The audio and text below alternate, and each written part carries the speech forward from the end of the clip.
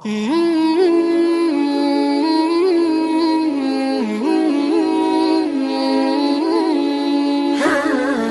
ব্যথা কত ভাবে সয়েছ যে তুমি, তোমারই খুলে রাতাই ফেলে তুমি।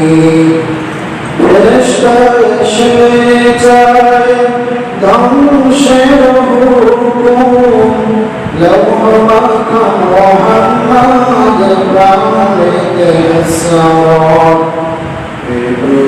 ক্ষমা করো হেদায়েতবাসী, ওরা তো চিনেনি আমি যে মুহাম্মদ, হৃদয়ে মুহাম্মদ। আলহামদুলিল্লাহ, সুবহানাল্লাহ, আল্লাহু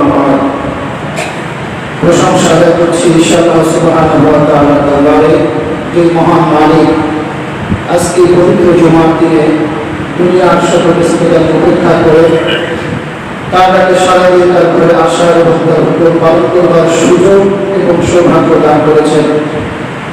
আমরা সকলেই সেই মহান মুক্তির শাহী দরবারে কালেমাতুর শুকর আদায় করছি, সকলে বলছি আলহামদুলিল্লাহ। লক্ষ কোটি সালাম পেশ করছি মানবতার মহান শিক্ষক, সর্বকালের সর্বশ্রেষ্ঠ মহামানব নবিয়ুনা হাবিবুনা মুহাম্মদুর রাসূলুল্লাহ সাল্লাল্লাহু আলাইহি ওয়াসাল্লাম। সম্মানিত উপস্থিতি, আজকে জুমা যে তেলাওয়াতকৃত আয়াত, এটা হচ্ছে সূরা আল হুজুরাত, কোরআনুল কারীমের একটি গুরুত্বপূর্ণ অন্যতম একটি সূরা। সূরা আল হুজুরাতের 11 নম্বর আয়াত কারিমা আমি তেলাওয়াত করেছি। এর সঙ্গে আরেকটি আয়াত কারিমা আছে 12 নম্বর আয়াত কারিমা। এই দুইটি আয়াতের বিষয়বস্তু হচ্ছে মুমিনদের বর্জনীয় 6টি কাজ। মুমিন বান্দা-বান্দী আল্লাহ রাব্বুল আলামিন তাদের জন্য 6টি কাজকে নিষিদ্ধ করেছেন, হারাম করে দিয়েছেন। সেই 6টি কাজের কথায় 11 এবং 12 নম্বর আয়াতে আল্লাহ রাব্বুল আলামিন বর্ণনা করেছেন। তো আমরা আজকে জুমায় প্রথম আয়াত 12 নম্বর আয়াতে 3টি বর্জনীয় আমলের ব্যাপারে আমরা কথা বলবো ইনশাআল্লাহ। আল্লাহ রাব্বুল আলামিন তার বান্দাদেরকে একটি পরিপূর্ণ জীবন বিধান আল্লাহ তাআলা দিয়েছেন, এবং এই সূরা আল হুজুরাতের বিষয়বস্তু হচ্ছে সামাজিক ভাবে মানুষ যেন মিলেমিশে পারস্পরিক সৌহার্দ্যপূর্ণ পরিবেশে তারা বসবাস করতে পারে, সেই সামাজিক কিছু বিধিবিধান, সামাজিক কিছু নিয়ম নীতি দিয়ে আল্লাহ সুবহানাহু ওয়া তাআলা এই সূরা আল হুজুরাত অবতীর্ণ করেছেন। সূরা আল হুজুরাত এটা অবতীর্ণের সময় হচ্ছে আল্লাহ রাসূলের মাদানী জীবনের শেষ দিকে আল্লাহ তাআলা অবতীর্ণ করেছেন। যেহেতু আল্লাহ রাসূল মদিনা জিন্দেগিতে একটি সাইড স্টেট কায়েম করেছিলেন, মদিনার সেই রাষ্ট্র, মদিনা কেন্দ্রিক সেই রাষ্ট্রের সামাজিক ব্যবস্থাপনাকে সুন্দর করার জন্য আল্লাহ সুবহানাহু ওয়া তাআলা এই সূরা আল হুজুরাতে তিনি আলোকপাত করেছেন। আর আমি যে আয়াতে কারিমা তেলাওয়াত করেছি, এটার বিষয়বস্তু হচ্ছে দুইটি মূল বিষয়বস্তু। একটি হলো আল্লাহ পাক জনগণকে মৌলিক ঈমানের দাবি না করে নিষ্ঠা আন্তরিকতার সাথে আল্লাহ তাআলা রাসূলের উপর ঈমান আনার ব্যাপারে এখানে তাকিদ করেছেন। আরেকটা বিষয় হলো মানুষ যেন সামাজিকভাবে একজন অন্যজনের সাথে সুসম্পর্ক রেখে যেন তারা সামাজিকভাবে জীবনযাপন করতে পারে, সেই সামাজিক সম্পর্ক বিনষ্টকারী 6টি কাজের ব্যাপারে এখানে আলোকপাত করা হয়েছে। আমরা আজকে প্রথম 3টি কাজের ব্যাপারে আলোচনা করব। 2টি আয়াতে কারিমায় যে 6টি বিষয়কে মুমিনদেরকে 6টি বিষয়কে হারাম করা হয়েছে, 1 নম্বর হলো কোনো মুসলমান অন্য মুসলমানকে উপহাস করবে না, তাকে কটাক্ষ করবে না, ঠাট্টা বিদ্রুপ করবে না, এটা হলো 1 নম্বরের বলা আমল। 2 নম্বর কাউকে দোষারোপ করা যাবে না। 3 নম্বর হলো কাউকে অপমান করে উপনামে ডাকা যাবে না, খারাপ নামে ডাকা যাবে না। এটা হলো 11 নম্বর আয়াতে কারিমার বিষয়বস্তু। 12 নম্বর আয়াতে কারিমা আল্লাহ রাব্বুল আলামিন আরো 3টি বিষয় উল্লেখ করেছেন। একটি হলো কাউকে কারো সম্পর্কে খুব ধারণা করা, বেশি বেশি ধারণা করা থেকে বিরত থাকা। আরেকটা হলো কারো বিরুদ্ধে দৌড়াদৌড়ি করা, কারো গোপন বিষয়কে খুঁজে খুঁজে বের করা, এটা থেকে আল্লাহ তাআলা নিষেধ করেছেন। আর সর্বশেষ 6 নম্বর যে বলা আমল, সেটা হচ্ছে গীবত বা পরনিন্দা। আজকে আমরা প্রথম দুটি বিষয়, উপহাস বা ঠাট্টা বিদ্রুপ করা, কাউকে দোষারোপ করা এবং কাউকে অপমান করার উপনামে ডাকা, এই তিনটি বিষয় আমরা আলোচনা করব ইনশাআল্লাহ। আল্লাহ রাব্বুল আলামিন ঘোষণা করেন, ইয়া আইয়ুহাল্লাযীনা আমানু লা ইয়াসখার কওমুম মিন কওমিন আসা আন ইয়াকুনু খায়রান মিনহুম ওয়ালা নিসাউম মিন নিসাইন আসা আন ইয়াকুননা খায়রান মিনহুন্না। আল্লাহ রাব্বুল আলামিন বলেন, কোন পুরুষ যেন কোন পুরুষের ঠাট্টা বিদ্রুপ উপহাস না করে, সে উপহাস করতে আল্লাহ রাব্বুল আলামিনের কাছে উত্তম হতে পারে। আবার কোন নারী যেন কোন নারীকে ঠাট্টা বিদ্রুপ না করে, উপহাস না করে, কারণ ওই নারী থেকে আল্লাহ রাব্বুল আলামিনের কাছে সে বেশি উত্তম হতে পারে। তার মানে হলো, যাকে উপহাস করা হচ্ছে সে হয়তোবা তার আমলের দ্বারা, তার আনুগত্যের দ্বারা, তার তাকওয়ার দ্বারা যে ব্যক্তি উপহাস করতেছে তার থেকে আল্লাহর কাছে বেশি উত্তম হতে পারে। এই জন্য আল্লাহ রাব্বুল আলামিন বলেছেন, কোন পুরুষ যেন অন্য কোনো পুরুষের উপহাস না করে, বিদ্রুপ না করে, ইনসাল্ট না করে, ক্রিটিসাইজ না করে। এটা এখানে আল্লাহ রাব্বুল আলামিন নারী এবং পুরুষ আলাদা আলাদা ভাগ করেছেন। কওম শব্দটা কোরআনুল কারীমে আল্লাহ তাআলা নারী পুরুষ উভয় অর্থেই ব্যবহার করেছেন, কিন্তু এই জায়গায় আল্লাহ তাআলা আলাদা আলাদা কেন দিলেন? মুফাসসিরিন কেরাম দুইটা কারণ উল্লেখ করেছেন। এক নম্বর কারণ হলো যে ইমাম কুতুবী রাহমাতুল্লাহ আলাইহি বলেছেন, কারো অনুপস্থিতিতে তার ব্যাপারে এমন কোনো কথা বলা যেটা সে উপস্থিত লোকজন হাসতে থাকে, উপস্থিত লোকজন হেসে ফেলে, এমন কোনো কথা কারো ব্যাপারে বলা, এটাকে আরবিতে বলা হয়েছে সাখরিয়াতুন বা ইস্তিহজাউ। এটা হচ্ছে আরবি শব্দ।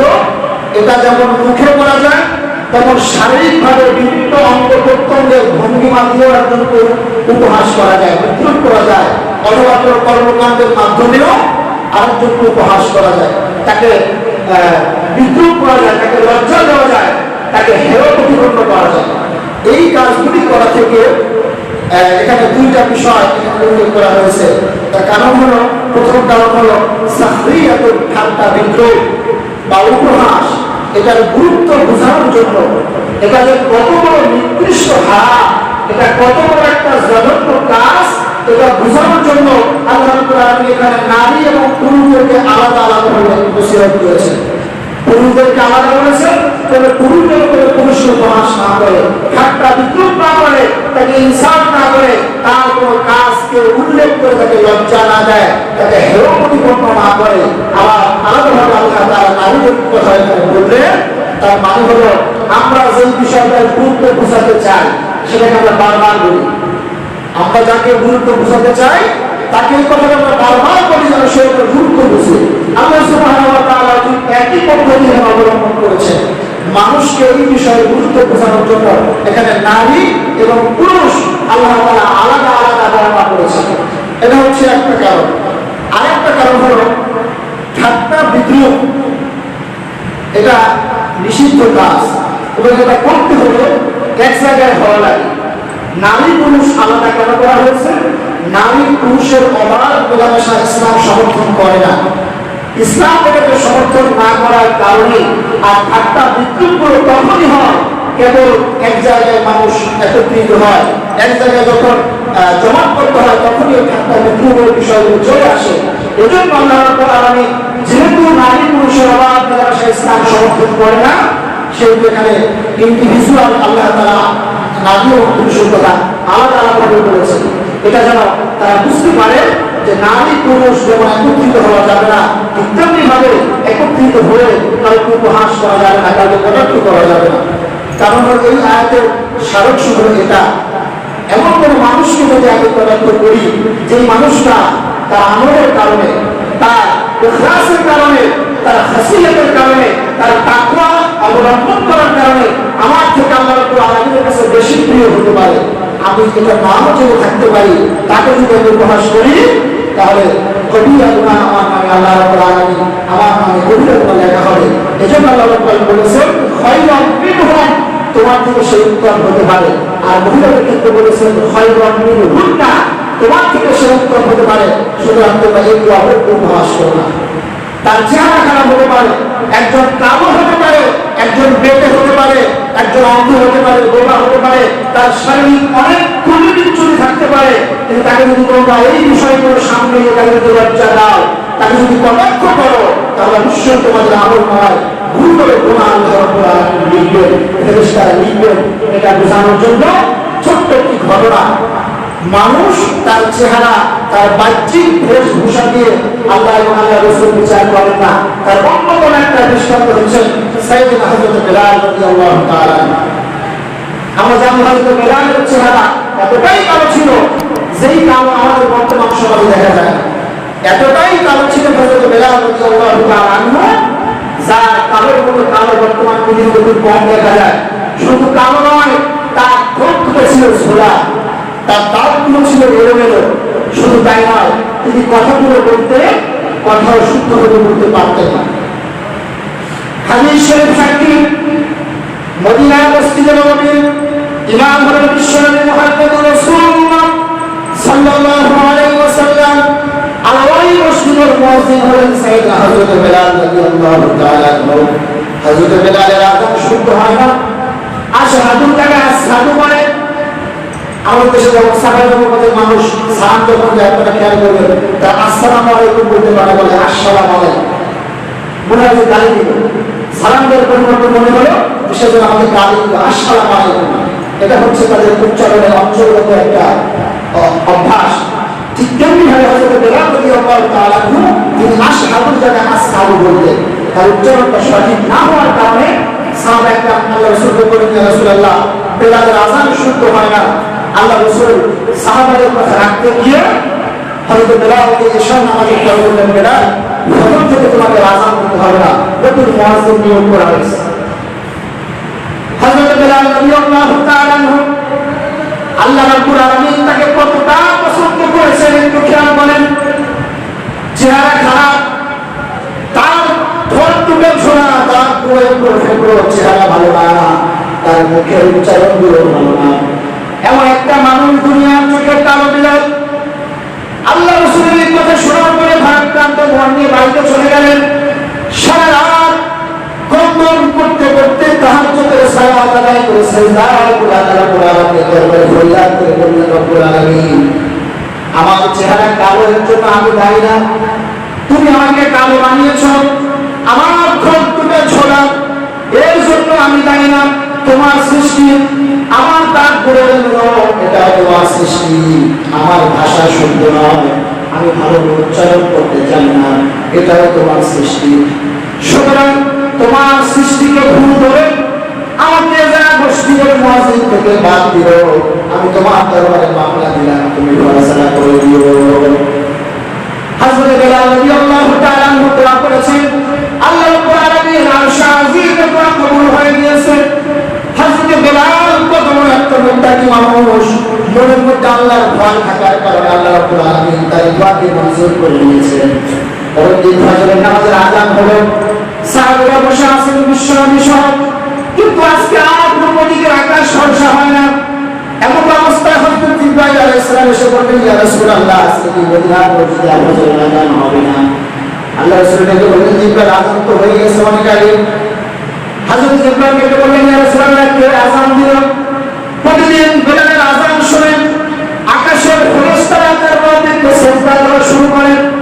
বেলালের ফজরের আযান দেওয়ার পরে আকাশের ফেরেশতারা তার রবে তাসবিহ করা শুরু করে। আজকে তো কোনো আযান আকাশে পৌঁছায় নাই। ইয়া রাসূলুল্লাহ, ইয়া হাবিবাল্লাহ, প্রতিদিন যে বেলাল আযান দেয়, সেই বেলালকে যে আপনি আযানের ব্যবস্থা করে দেন, বেলাল যতদিন পর্যন্ত ফজরের আযান না দিবে, ততদিন পর্যন্ত পূর্ব দিগন্তে আর সূর্য উঠবে না। সুবহানাল্লাহ।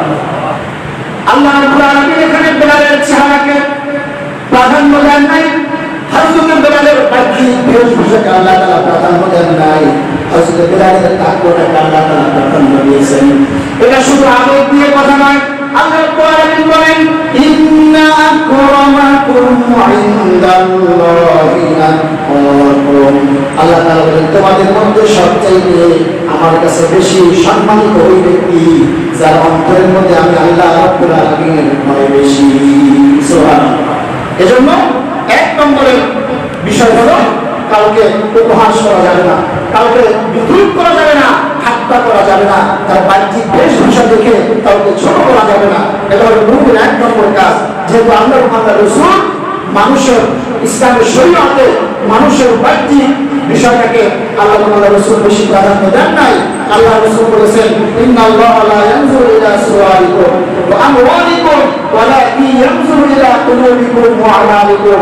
আল্লাহ রাসূল বলেন নিশ্চয়ই কিয়ামতের দিন আল্লাহ রাব্বুল আলামিন তোমাদের চেহারার দিকে তাকাবেন না, তোমাদের সম্পদের দিকে তাকাবেন না, ওয়ালাকিন ইয়ানজুরু ইলা কুলুবিকুম। আল্লাহ রাব্বুল আলামিন দেখবেন তোমাদের অন্তর, ওয়া আমালিকুম এবং তোমাদের আমল। সুতরাং আমরা যেন কারো বাহ্যিক বেশভূষার কারণে কাউকে যেন ছোট না করি, কাউকে বিদ্রুপ না করি। দ্বিতীয় নম্বর যে বড় আমল সেটা হচ্ছে ওয়ালা তালমিসু আনফুসাকুম। এটা হলো তোমরা একে অপরের প্রতি দোষারোপ করো না, পরস্পরের দোষ ত্রুটি খুঁজে বেরিও না। এখানে আল্লাহ রাব্বুল আলামিনের ভাষাটা কত চমৎকার দেখেন, চিন্তা করেন। আল্লাহ তাআলা বলেন এখানে একে অপরের দোষ খুঁজে বের কথা আল্লাহ তাআলা বলেন নাই, বলেছেন পরস্পরের দোষ ত্রুটি খুঁজো না। এটা কেন বললেন?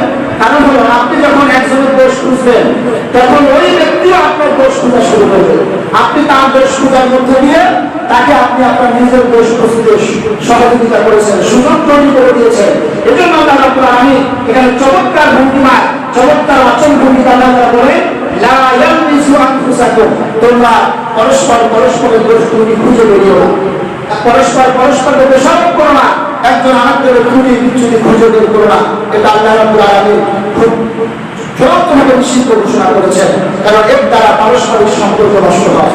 আপনি যখন কারো বিরুদ্ধে তার দোষ ত্রুটি খোঁজা শুরু করবেন, তার ভুলগুলো বের করবেন, তারা পৃথিবীতে কোনো মানুষ দোষ ত্রুটি মুক্ত নয়, ত্রুটির ঊর্ধ্বে কোনো মানুষ অবস্থান করতে পারে না। এই জন্য আপনি যখন আরেকজনের দোষ ত্রুটি খুঁজে বের করবেন তখন ওই ব্যক্তিও আপনার দোষ ত্রুটি খুঁজে বের করবে, আর তখন একটা সামাজিক বিশৃঙ্খলা তৈরি হবে। আল্লাহ তাআলা এটা চান না। এই জন্য আল্লাহ তাআলা খুব কঠিনভাবে নিষিদ্ধ করলেন। মুমিনদের জন্য এটা হচ্ছে একটা নির্দিষ্ট কাজ, সে একজন আরেকজনের দোষ ত্রুটি খুঁজে বের করবে। তৃতীয় নম্বর যে নিষিদ্ধ আচরণ সেটা হচ্ছে ওয়ালা তানাবাযু বিল আলকাব। তোমরা অপরকে খারাপ নামে ডেকো না, খারাপ উপনামে ডেকো না। তার মানে হলো আমরা অনেক সময় তার শারীরিক ত্রুটি বিচ্যুতিগুলোকে দিয়ে তার নামের সঙ্গে আমরা এক করে তাকে ডাকে শুনে নিই। কারণ নামের সঙ্গে খোলা ব্যবহার করা হয়, কাউকে অন্ধ বলা হয়, কাউকে বগা বলা হয়, এরকম কাউকে পেটে বলা হয়। এই যে খারাপ যে খাসিয়তগুলো, এই জিনিসগুলো দিয়ে কাউকে কারোর উপনামে ডাকা যাবে না। এটা আল্লাহ তাআলা কঠিনভাবে নিষেধ করেছেন। এই আয়াতের কালিমা অবতীর্ণ হলো তখন হযরত আবু জুবাইর আনসারী রাদিয়াল্লাহু তাআলা বলেন, এটা মদিনায় আল্লাহ রাসূল সাল্লাল্লাহু আলাইহি ওয়াসাল্লাম যখন আগমন করলেন তখন আমাদের অনেক সাহাবীদের একাধিক নাম ছিল, দুই তিনটা করে নাম ব্যবহার করত। তার মধ্যে এমন অনেক নাম ছিল যে নামগুলি তারা পছন্দ করতেন না, যে নামগুলির অর্থ ছিল খারাপ। আল্লাহ রাসূল না জানার কারণে মাঝে মাঝে এরকম অনেক নামে সাহাবাদেরকে ডাকতেন। তখন বুঝতে সাহাবারা বলতেন ইয়া রাসূলুল্লাহ এই নামটা উনি পছন্দ করেন না, এই নামে ডাকতে তিনি অসন্তুষ্ট হন। আর তখনই আল্লাহ রাব্বুল আলামিন এই আয়াতের কালিমা অবতীর্ণ করলেন যে তোমরা পরস্পরকে খারাপ নামে ডেকো না, কারণ যে নামে ডাকতে সে অসন্তুষ্ট হয় সে নামে ডাকা যাবে না। এরপর আল্লাহ রাব্বুল আলামিন বললেন মন্দ কাজ থেকে যদি কেউ তওবা করে ফিরে আসে তাহলে তাকে ওই মন্দ কাজের কথা তাকে স্মরণ করিয়ে দেওয়া যাবে না। আল্লাহ তাআলা বলেছেন বিসাল ইসমুল ফুসুকু বা'দাল ঈমান।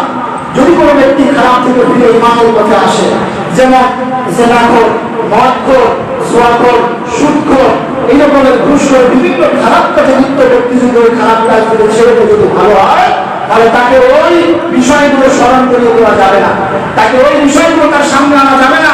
সে যে কাজগুলো করেছে, যে কাজগুলো থেকে তওবা করেছে, সেগুলি ওই বিষয়গুলোর সামনে আনা ওই বিষয়গুলো তাকে স্মরণ করে দেওয়া, এটা হচ্ছে কঠিন কঠিন গুনাহ। সুতরাং এই কাজ করা যাবে না। আল্লাহ রাসূল বলেছেন, পৃথিবীতে কোনো মুসলমান যদি এমন গুনাহ দ্বারা কাউকে লজ্জা দেয় যেটা থেকে সে তওবা করেছে, এমন খারাপ কথা যদি কেউ কাউকে লজ্জা দেয়, তাহলে কিয়ামতের ময়দানে আল্লাহ রাব্বুল আলামিন ওই ব্যক্তিকে লজ্জা দেওয়ার দায়িত্ব আল্লাহ তাআলা নিজের হাতে তুলে নেন। কত বড় কথা চিন্তা করেছেন। আপনি যদি কাউকে কোনো খারাপ, সে এমন একটা খারাপ কাজে আগে লিপ্ত ছিল, সেটা সে তওবা করেছে, ছেড়ে দিয়েছে, এখন যদি তাকে সেটা দিয়ে খোটা দেওয়া হয়, তাকে ওটা মনে করিয়ে দেওয়া হয়, তাকে লজ্জা দেওয়া হয়, কিয়ামতের ময়দানে আল্লাহ রাব্বুল আলামিন ওই ব্যক্তিকে লজ্জা দিবেন। সুতরাং এই বড় আমল আমাদেরকে পরিহার করতে হবে। আর সর্বশেষ আল্লাহ রাব্বুল আলামিন যেটা বলেছেন, ওমান লাম ইয়াকুল ফাউলাইকা হুমুজ